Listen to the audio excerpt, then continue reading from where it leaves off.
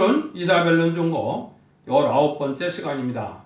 오늘은 이사야 20장을 통하여 하나님의 종이 예표가 된다. 다림질을 진 말세 사명자의 교훈인데요. 이사야 선지자는 대선지자죠. 이사야 성경은 또 이 시대의 다림질의 진리입니다. 이 이사야 성경을 쓸 때 되어진 일을 통하여 인간 종말에 이사야 말씀의 다림질을 전할 종이 어떠한 형편에 있을 것을 보여주는 거다, 이렇게 볼 수가 있거든요. 때는 어떤 때냐? 혼자가 북방 아수르의 세력이 남침할 때 하나님의 종 이사야에 된 일이다 그랬죠. 옛날에 이스라엘 백성들에게 아수르가 쳐내려오기 전에 이사야에게 된 일인데, 이거는 종말에 다림질의 진리를 들고 나갈 종들에게 주는 교훈이 되는 겁니다. 그래서 이걸 이 시대에 어떤 교훈을 우리에게 주는 것을 알지 못한다면 성경에 대한 의미는 아무것도 없는 거죠. 그렇지 않겠습니까? 그래서 이 말씀이 우리에게 주는 교훈이 뭐냐, 이걸 우리가 잘 봐야 될 때가 됐습니다. 그래서 이제는 아수르가 쳐내려올 때라 그랬으니까 북방 공산당이 선지국가인 한국에 쳐내려올 때 그 전에 2-3년 동안에 사명자가 준비돼서 경고의 말씀을 전하는 것을 뜻했거든요. 여러분들이 지금 이 변론 자체가 하나님의 경고입니다. 이 변론대로 하나님은 반드시 이루어져서 새 시대가 이루어지기 때문에 이 변론이 이루어질 때가 아주 심히 임박한 때가 된 겁니다. 본문을 통하여 교훈을 받아보도록 하겠습니다. 1절 2절입니다. 아수르 왕 사르곤이 군대 장관을 아수르로 보내매 그가 와서 아들을 쳐서 취하더니 곧 그때 여호와께서 아모스의 아들 이사야에게 일러 가라사대 갈지어다 허리에서 배를 끌고 네 발에서 신을 벗을지니라 하시매 그가 그대로 하여 벗은 몸과 벗은 발로 행하니라. 요거는 가장 긴급한 때의 문제인데, 북방의 재앙이 오는 날에 2-3년 기간 동안에 이제 말세종이 예비가 돼서 그걸 경고하는 일이 있을 걸 보여줬는데요. 근데 이때 뭐라 그럽니까? 허리에서 배를 끌고 발에서 신을 신고 벗은 몸 벗은 발로 나서라 이런 말씀하시죠. 이거는 주의 종이 급한 일을 당할 때 이제는 슬픈 경고를 하는 눈물의 종이고 사랑의 종이라는 것이 이제 예표가 된 겁니다. 그래서 이 이사야 선지도 자기 말을 듣지 않으니까 얼마나 눈물로 이 선지의 예언을 기록했습니까? 그런 거나 마찬가지로 이 시대에도 이 말씀을, 하나님의 참된 말씀을 전한다 하더라도 잘 듣지 않으니까 하나님이 이 종에게 표적과 증거를 보여주면서 하는 건데, 이것은 아주 어려운 지경에서 삶을 감당하는 그런 뜻을 내포했는데요.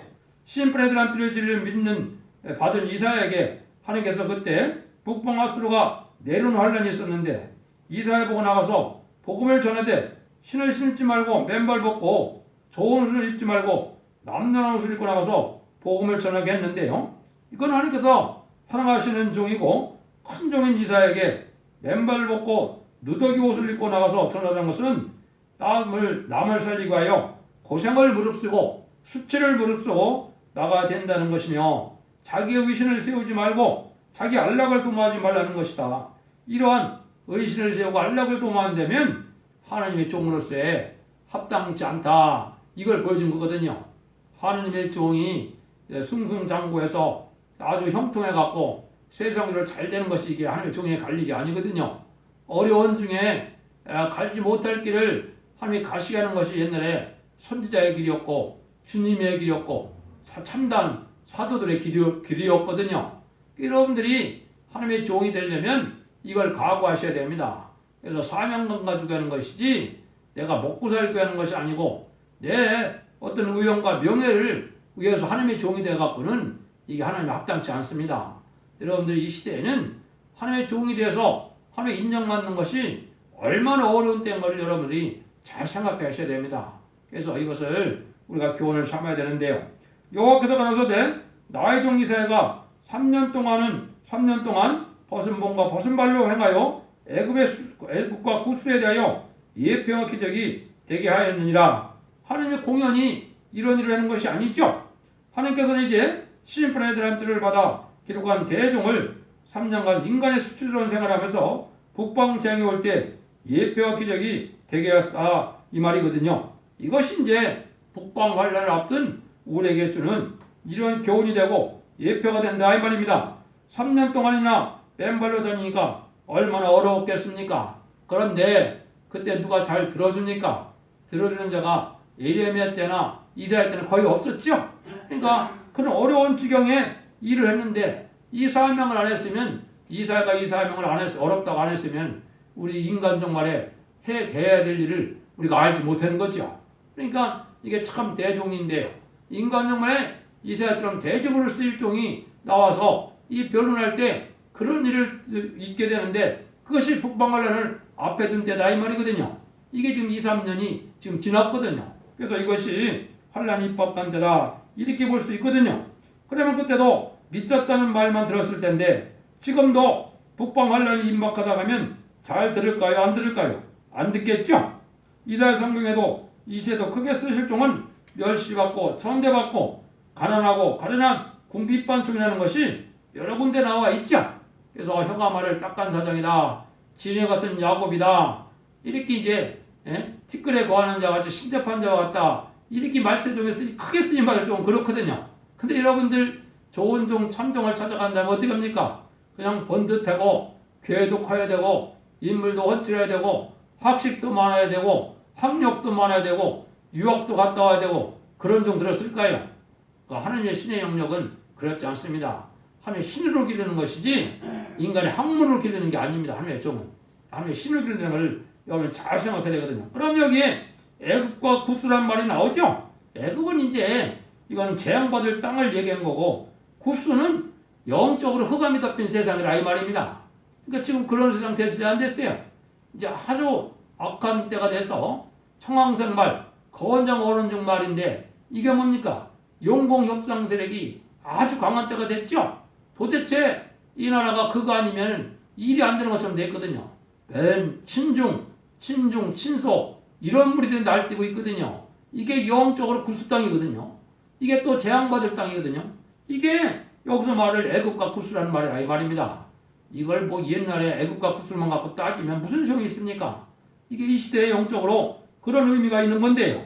한번 보시죠. 어떤 일이 우리나라에 이제 올 것이냐 이걸 우리가 알 수 있는데 이와 같이 애굽의 포로와 구스에 사로잡힌 자가 아수르 왕에게 끌려갈 때 젊은 자나 늙은 자가 다 벗은 말로 보일까지 드러내요. 애굽의 수치를 베리니 그들이 그 바라던 구스와 사랑하던 애굽으로 인하여 놀라고 부를까 할 것이니라.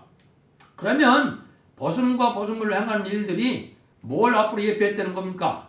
여기에 보니까 많은 백성들이 포로로 잡혀갈 때 그렇게 된다는 거죠? 이게 이제 여러분들이 환란이 나면 아마 그런 일이 벌어질 겁니다. 그 다음 기절에 보면 아마 미군도 많은 수가 포로로 잡혀갈 것을 지금 예표했다고 보이는 겁니다. 이거는 인간적인 상황 판단이 아닙니다. 그냥 말씀의 본문을 증거해서 이 시대의 말씀이 다시 그렇게 응한다는 것을 전하는 것이지 인간의 머릿속으로 판단해서 이거를 그렇게 하는 것이 아니거든요. 그것 때문에 하나님의 역사나 인간의 생각이 똑같다면 그게 어떻게 하나님의 역사가 되겠습니까? 인간으로서는 상상할 수 없는 일들인데 그런 일이 벌어진다. 이거는 바로 뭐예요? 경고의 말씀을 듣지 않는 백성들이 북방들에게 잡혀서 끌려갈 때 이와 같이 수치스러운 광경을 당하게 된 것이다 이 말이죠. 그런데 3년이 되니까 북방과 수가 내려서 몽땅 이스라엘 백성을 포로로 잡아가는데 맨발 벗고 벌거벗고 그렇게 붙들려 갔죠. 그래서 환란 가운데 남을 구원하는 대표적인 종은 그 올 징조를 미리 그 몸에다 보여줬다 이 말이거든요. 그 백성이 받을 고통과 수치를 갖다가 그 몸에다 보여주며 나가 있었지만은 아무도 듣지 않고 아수르 사람에게 붙들려갈 때 수치를 당했다는 교훈인데 지금이 이런 상황이 벌어지고 있는 때가 온 겁니다. 예를 들면은 이제 미군도 포로가 되어서 수치가 될 때가 올 수가 있는 겁니다. 이 땅굴이나 이런 것들이 그래서 준비가 된 거거든요. 지금 이 경고의 변론을 귀담아 듣지 않고 이제 순종치 않다가 이런 일을 당할 수 있다 이 말이거든요. 그럼 이런 일들이 이제 앞으로 대지라는 하나님의 말씀이 성취되는 과정이 일어나는 날은 두고 봐야 되겠죠. 하나님은 말씀대로 하시는 겁니다. 이때 이제는 뭐 많은 사람들이 그 북한에 또한 그 전략 자체도 지금 그렇거든요. 미군 부대 위주로 땅굴이 다 내려와 있고 독가스나 이러한 화생방이나 이런 것들이 더 많이 준비가 됐거든요. 병영군 같은 것이요. 그렇죠? 병영군이 1000톤이요. 이 화생방이 화학무기가 5000톤이 준비됐다 그러는데 엄청난 양을 준비해놓고 그걸 기다리고 있죠. 그런 상황이 여기 올 거를 지금 보여준 겁니다. 왜 이렇습니까? 한국이 너무나 음란부패 사치 타락해졌거든요. 그러다가 지금 또 무엇까지 합니까? 동성애를 또 용납한다거나 또 간음이 죄가 아닌다거나 이건 하나님 앞에는 엄청난 범죄거든요. 또 WC를 용납해갖고 기독교나 정치나 다 공산당을 또 좋아하거든요. 이건 하나님이 대적된 사상이거든요. 이게 다 멸망될 때가 온 겁니다. 한번 보시죠. 6절입니다. 그날에 이 해변 거민이 말하기를 우리가 믿던 나라 곧 우리가 아수르 왕에서 벗어나기를 바라고 달려가서 도움을 거둔 나라가 이같이 되었은즉 우리가 능히 어찌 피하려 하리라. 이건 지금 뭘 뜻했습니까? 하나님을 의지하지 않고 인간의 세력을 믿다가 재앙이 올 때 어찌할 줄 모르다가 후에 막심한 일이 당한다 이 말이죠. 지금 우리도 이제 세상을 의지하는 것보다도 하나님을 부르짖고 하나님 앞에 능력의 역사가 나타나도록 하나님을 바라보고 하나님을 간절히 찾는 이런 신앙이 있어야 되는데 이런 백성이 지금 얼마나 있는 것 같습니까? 참 보기 드물거든요. 이래다 이런 수치를 당한다. 우리가 믿던 나라가 뭡니까? 우리를 도와주는 우방이니까 우리가 어느 정도는 동맹으로서 믿기도 하지만은 근본적인 거는 하나님이 아셔야 된다 이 말이거든요. 그래서 독가스나 병영군 이런 화생방들은 미군이 와도 방법이 없는 겁니다. 그거는 악한 자들 하나님이 멸망시키기 하는 거기 때문에. 그래서 두려워하지 않고 매국을 믿던 이런 사람들이 다 아수르의 왕에게 목행을 당할 때 후에 막심하게 됐는데요. 이런 말씀을 비추할 때는 우리는 어떻게 되었습니까? 하나님의 보호와 도움을 바라지 않고 민간의 세력을 의지하는 사람이 수치를 당하는데 이걸 본다면 미군도 상당한 피해를 당하게 될 겁니다. 우리에게 별 도움이 안 되는 것은 독가스, 세균전, 화생방정, 땅굴, 또 저번 날에 무기가 발달했는데 또 같은 민족이고 같은 옷을 입고 같은 우리나라 군복을 준비했다고 했죠. 그래서 이게 피해가 이게 구별되지 않는데 피해가 크겠습니까? 안 크겠습니까? 크겠죠? 이게 우리만큼 그렇게 멸망받을 사람이 많다는 것이고 이거 시작으로 이제 심판의 대상자가 된 겁니다. 지금까지는 미국의 도움이 컸지만은 이번 한란은 미국을 의지한다고 해서 완전히 해결되는 건 아닙니다. 해결되는 것은 하나님의 능력을 받은 종이 나타나서 이제 하나님의 천능력적인 역사로 이제 모세같이 재앙을 따지는 것으로서 공산당을 멸망시키고 북진 멸공통을 해요. 선지과가 이루어질 것이거든요. 그래서 그런 일을 했는데 이때 이제 우리가 생각해야 될 것은 말세에 크게 쓰임받는 종은 이 편안한 가운데 되는 것이 아니다. 요셉의 환난을 겪어야 되고 야곱의 시련을 또한 당해야 되고 다윗의 고난을 당해야 되고 욥의 인내를 몸에 체득하는 이런 과정이 필요하거든요. 이래가 하나님 앞에 인정받는 종이 되고 자격을 갖추는 것이지 내가 세상적으로 부경화를 누리고 아주 큰 성전을 갖고 많은 성도를 누렸다 해서 하나님 앞에 기쓰임 받은 종이라고 볼 수는 없는 겁니다. 여러분들이 어느 시대다 그러는데요. 그걸 예표를 조금 들면 그렇거든요. 하나님은 엄청난 일을 할 때 엄청난 세력과 엄청난 대중을 동원하는 일이 없거든요. 다 그렇죠? 노아의 가정을 들어서 8식구만 사용이 됐고요. 그렇죠? 아브라함도 아브라함의 가정에서 이제 시작이 되어서 이삭 야곱을 했을 때 많은 사람들이 수가 필요했습니까? 그렇지 않았거든요.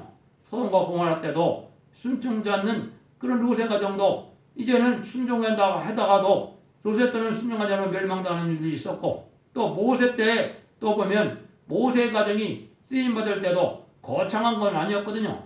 모세와 아론과 미리암이 쓰임받았지만은 실수도 있었지만은 그 사람들이 이렇게 했거든요. 이 호수아 갈렙이 쓰임받을 때도 마찬가지고 이거는 시대적으로 그렇거든요. 이것은 하나님 앞에는 일반적인 사명자가 있고 시대적인 사명자가 있는 겁니다. 시대적인 사명자는 그 시대에 하나님이 대표적으로 들여 쓰는 종을 얘기한 거거든요. 그런 종의 역사를 지금 여기 얘기를 한 겁니다. 그러면 이건 이제 뭐 조금만 어떤 말씀이 응하도록 되느냐 신구약이 아주 많거든요. 그 몇 가지만 소개하고 마치도록 하겠습니다. 이런 일이 당할 때는 이사야 13장 4절에서는 여호와께서 군대 검열을 하신다고 그랬죠. 그래서 군대 검열을 할 때 대표적인 종은 더 검열을 해야 되겠죠. 이게 검열을 하는데 7가지 요소가 있는 겁니다. 심지가 견고해야 된다. 하나님을 믿는 믿음이 요동치 않아야 된다 말입니다. 이게 좋을 때는 믿고 어려울 때 믿지 않고 이래갖고 인정받지 못하거든요. 그 다음에는 사상이 바로 돼야 된다. 사상은 진리 사상해야 되고 멸공 사상해야 되고 애국애족 사상해야 하고 남을 살리고 싶어하는 이런 사랑이 불타야 되거든요. 사상적으로는 그대고 순종은 진리 앞에 절대적인 순종이거든요. 진리는 믿고 순종하는 것이 진리를 따지고 진리를 원망하고 진리를 순종치 않는 것은 의미가 없는 겁니다. 믿음이라는 것은 진리대로 될 걸 믿고 믿음을 지켜서 회개하고 믿음에 순종하고자 하는 거, 지켜 회개하고자 하는 이것이 있어야 하나님 인정받는 거거든요. 그 다음에는 이제 기도가 또 돼야 되거든요. 기도도 성경 원리에 맞아야 되고 하나님의 뜻에 맞아야 되고 성경에 맞아야 되죠. 호소나 기도 분량도 하나님 앞에 합당한 기도를 해야 되는 거지 중언부언해서 많은 기도를 하는데 하나님이 다 들어주는 건 아니거든요. 이것이 이제 순경답을 받을 만한 그런 기도를 얘기를 한 겁니다. 그 다음에는 말씀 무장이 돼서 증거해야 되는데 성경 말씀을 언어학적으로 또 신학적으로 인간의 원리를 펴서 이론을 펴서 하나님의 말씀을 증거한다? 하나님이 그대로 역사를 하실까요? 하나님이 대교단이나 대종 중심으로 하나님이 역사를 하실까요? 하나님은 진리의 말씀대로 예언의 말씀대로 진리 본문 그대로 역사하는 것이 하나님의 방법이거든요. 그걸 여러분들이 잘 생각해서 분별해야 되는데 그건 아무나 전하는 것이 아니죠. 옛날에도 성경에 기록할 때 알고 기록했습니까? 모르고 기록했습니까? 이사야 선지나 다른 선지자들도 내용을 모르고 기록한 거거든요. 그러나 마찬가지로 이 시대도 그걸 전하는 것은 하나님의 신의 역사로 기록하고 신의 역사로 전하게 되는 거거든요. 이래서 하나님의 말씀을 바로 깨닫는 일이 된다. 그런 말씀 무장이 있어야 된다 이 말이거든요. 그 다음에는 성공과 물질에 깨끗함이 있어야 됩니다.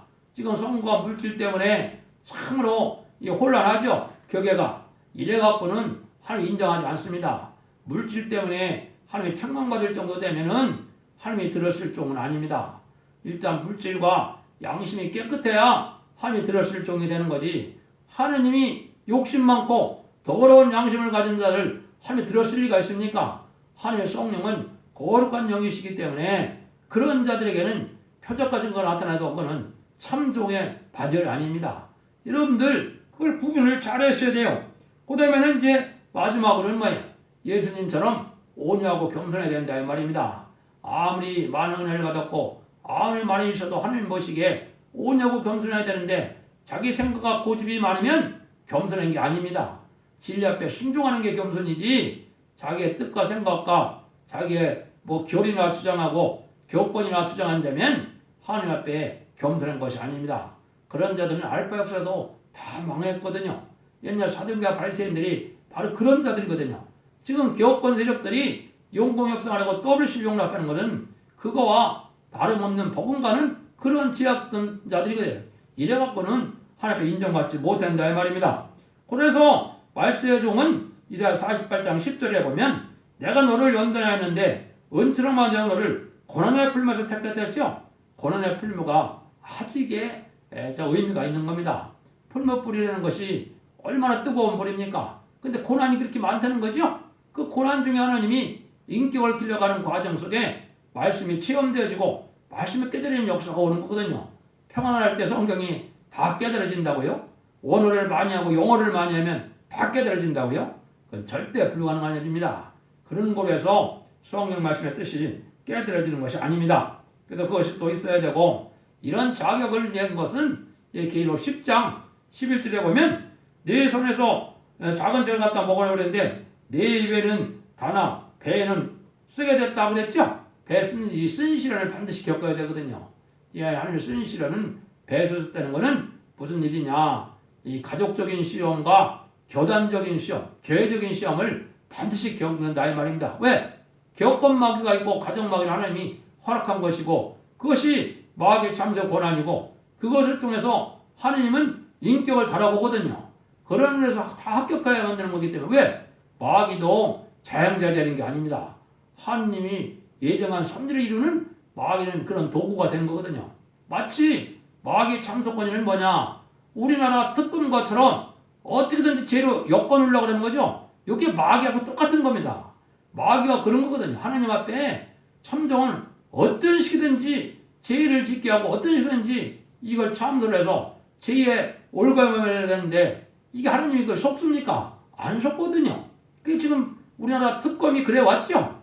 어떻게든지 목표를 정해갖고 제의를 이렇게 엮고 저렇게 엮고 제의를 엮으려고 아주 그냥 별짓들을 다 하죠.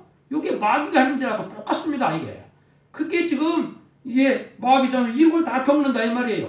그러니까 쓴 시련이 온다 이 말이죠.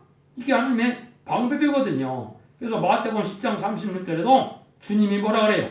야, 사람의 원수는 자기 집에 있다. 또 마가복음 6장 4절에도 예수님도 그런 걸 겪었기 때문에 예수님이 뭐라 그래요? 야, 선지자가 자기 고향과 자기 친척과 자기 집안에서는 존경받지 아니하는 것이 없다 그랬죠? 이건 바로 뭐예요? 자기 집과 친척과 자기 교회, 자기 고향에서는 인정을 하는 이러한 시험이 온다 이 말이거든요. 그래서 예수님도 쫓겨났죠? 나사렛 회당에서 이런 것들이 있을 것을 지금 보여주거든요. 이것이 이제 스가랴 3장 2절에서는 시대적인 사명자는 아주 마귀 참조가 많기 때문에 그스릴 나무가 된다 이런 얘기를 했거든요.